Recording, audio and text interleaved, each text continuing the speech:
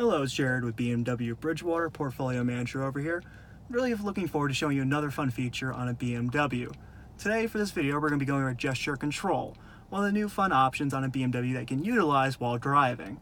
Now, for today, we're going to cover primarily radio because that'll be easily set up and showing you for the purpose of this film.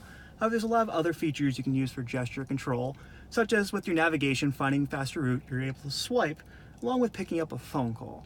But today, again, we're going to focus primarily on how to utilize gesture control for your radio. So what you're going to do is go ahead and take a look closer to the screen right here. Now, just to give you a mental image of where you want to aim when you're trying to utilize gesture control, you want to be right in front of the screen right here.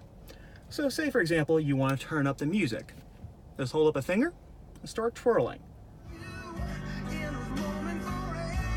Now, the radio here is going to be able to detect if you move your finger clockwise, you want to turn up the music. If you're looking to turn down the said music, you go counterclockwise. Again, you just have to make sure that the monitor picks you up. Now, another fun thing you can do, again, especially while driving, is if you want to change the station, you can do that. What you're going to do is use two fingers and move them forward. So you're going to turn the music on, so again, you get the idea of switching music.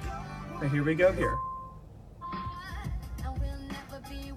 You're looking to, again, change the song. You're going to go ahead and utilize it again.